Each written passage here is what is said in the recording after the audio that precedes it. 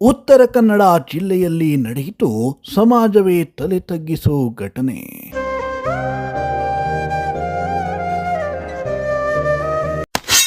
ಈ ಊರಿಗೆ ರಸ್ತೆ ಸಂಪರ್ಕವೇ ಇಲ್ಲ. ಸ್ಮಶಾನಕ್ಕಂತೂ ಮೊದಲೇ ರಸ್ತೆ ಇಲ್ಲ.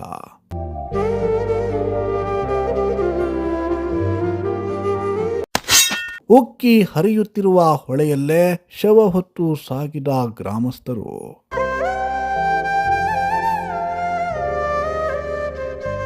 ಎಸ್, ನಮ್ಮ ದೇಶಕ್ಕೆ ಸ್ವಾತಂತ್ರ್ಯ ಬಂದು 75 ವರ್ಷಗಳೇ ಕಳೆದು ಹೋಗಿವೆ. ಆದರೆ ನಮ್ಮ ಉತ್ತರ ಕನ್ನಡ ಜಿಲ್ಲೆಯ ಕೆಲ ಹಳ್ಳಿಗಳ ಜನರ ಪಾಡು ಮಾತ್ರ ಹೇಳುತ್ತಿರದ್ದಾಗಿದೆ. ಕಾಡಂಚಿನ ಹಳ್ಳಿಗಳು, ಗುಡ್ಡಗಾಡು ಪ್ರದೇಶಗಳು ಇಂದಿಗೂ ಯಾವುದೇ ಮೂಲಸೌಕರ್ಯವಿಲ್ಲದೆ ಕಾಡು ಪ್ರಾಣಿಗಳಂತೆ ಬದುಕುತ್ತಿದ್ದಾರೆ. ಹೊನ್ನಾವರ ತಾಲೂಕಿನ ದೊಡ್ಡ ಹಿತ್ತಲ ಗ್ರಾಮದಲ್ಲಿ ನಡೆದಿರುವ ಘಟನೆ ಇದಕ್ಕೆ ಸಾಕ್ಷಿ ಒದಗಿಸಿದ್ದು ಇಡೀ ಸಮಾಜವನ್ನೇ ತಲೆ ತಗ್ಗಿಸುವಂತೆ ಮಾಡಿದೆ.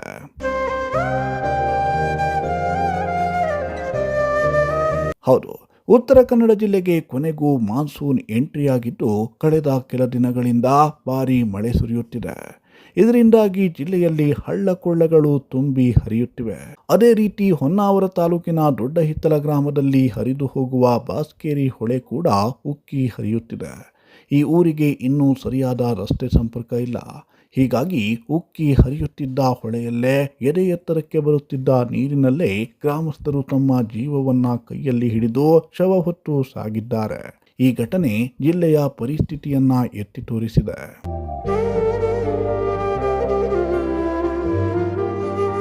ಗ್ರಾಮದ ನಿವಾಸಿ ಕ್ರಿಸ್ಟಿನ್ ರೋಡ್ರಿಗಸ್ ಎಂಬುವರು ಮೃತಪಟ್ಟಿದ್ರು. ಶವ ಸಂಸ್ಕಾರಕ್ಕಾಗಿ ಅವರ ಮೃತದೇಹವನ್ನ ಊರಿನಿಂದ ಹೊರಗೆ ಕೊಂಡೊಯ್ಯಬೇಕಾಗಿತ್ತು. ಈ ವೇಳೆ ಗ್ರಾಮಕ್ಕೆ ರಸ್ತೆ ಸಂಪರ್ಕ ಇಲ್ಲದ ಕಾರಣ ಗ್ರಾಮಸ್ಥರು ಬೋರ್ಗರೆದು ಹರಿಯುತ್ತಿದ್ದ ಬಾಸ್ಕೆರಿ ಹೊಳೆಯಲ್ಲಿ ಶವವನ್ನ ಹೊತ್ತು ಸಾಗಿದ್ರು. ಈ ದೃಶ್ಯ ಇದೀಗ ಭಾರೀ ವೈರಲ್ ಆಗುತ್ತಿದೆ.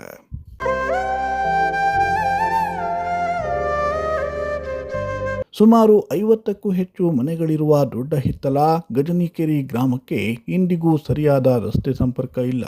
ಮಳೆಗಾಲದಲ್ಲಿ ಹೊಳೆ ಉಕ್ಕಿ ಹರಿದಾಗ ಗ್ರಾಮಸ್ಥರು ಜೀವದ ಹಂಗು ತೊರೆದು ನೀರು ದಾಟಿಯೇ ಸಂಚರಿಸಬೇಕಾದ ಅನಿವಾರ್ಯತೆ ಇದೆ.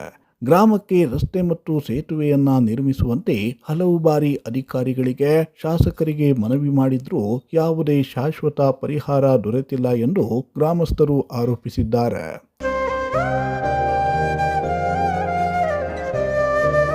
ಅದೇನೇ ಇರಲಿ, ಇದೀಗ ನಡೆದಿರುವ ಘಟನೆ ಜಿಲ್ಲೆಯ ಅಧಿಕಾರಿಗಳು ಮತ್ತು ಜನಪ್ರತಿನಿಧಿಗಳ ಕಾರ್ಯವೈಖರಿಗೆ ಹಿಡಿದ ಕೈಗನ್ನಡಿಯಾಗಿದ್ದು, ಇನ್ನಾದರೂ ಸ್ಥಳೀಯ ಆಡಳಿತ ಎಚ್ಚೆತ್ತುಕೊಂಡು ಜನರ ಸಮಸ್ಯೆಯನ್ನ ಬಗೆಹರಿಸಬೇಕಿದೆ.